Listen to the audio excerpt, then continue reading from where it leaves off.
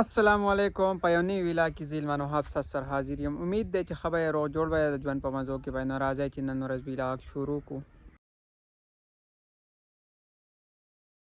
نو ښه به د نن ورځ ویلاګ تاسو کتی شئ چې د کور د خوا نه سټارټ شو. 3 ورځې وشوې چې باران شوی دی. 3 ورځې باران اوسای دی. شکر دی موسم دغه شو. د جمعې ماسپښین دی، تقریبا 2 بجې دي. نو غرمه راوخته. نو تاسو ویو وګورئ څومره زیات خوند او مزیدار او ښه لوک ورکوي زموږ دا کور دا خوا دا پټي او دا غرونه څومره مزیدار او ښکلی لوک ورکوي دا ځای. او بله خبره دا ده چې نن سبا سړزي ده.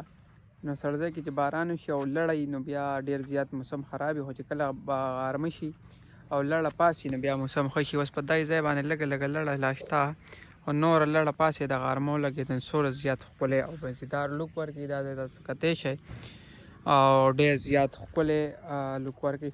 بل دې ورځو کې دا کار دی چې غرمه نه انسان ډېر بې انتهایي خرابوي، ځکه چې ساړه وي او بل سړی ګرځېدی نه شي. ښه ټیم جوړې شوي، باران شوی، تاسو دا کتی شئ او ډېر زیات ښکلی لوک ورکوي. تاسو زه له دې نه یو څو شاټونه درکوم، د دې شاټونه مزې واخلئ.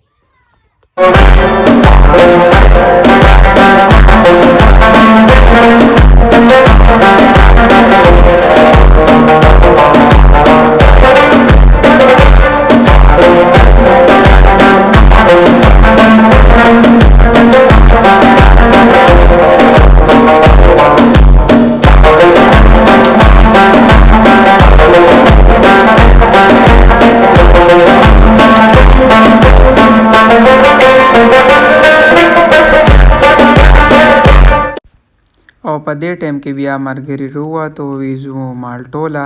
نو روان شو مونږ ملندرۍ طرف ته. ملندرۍ مالټې ډېرې زیاتې مشهورې دي. نو مونږ روان شو مالټو له. نو راځئ تاسو هم د دې نظارو نه خوند اخلئ او ځئ چې ځو مالټو له.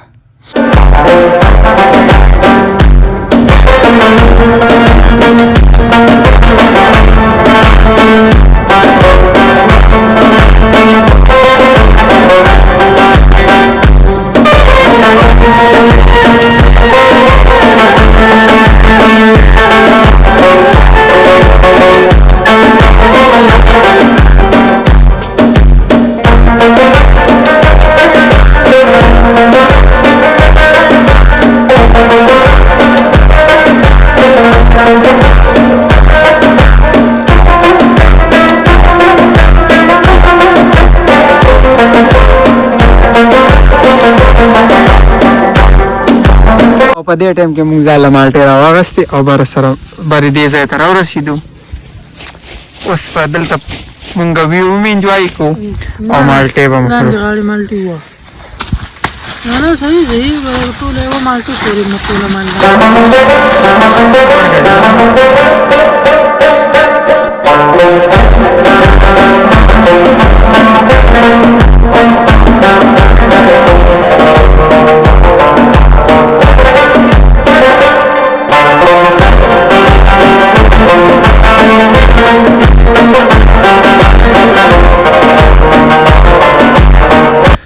او دغلته خو د مازدیګر نظارې وکړې. بیا موږ ته لار ډېره زیاته پرته وه. نو ملګرو ویې ځئ چې ځو.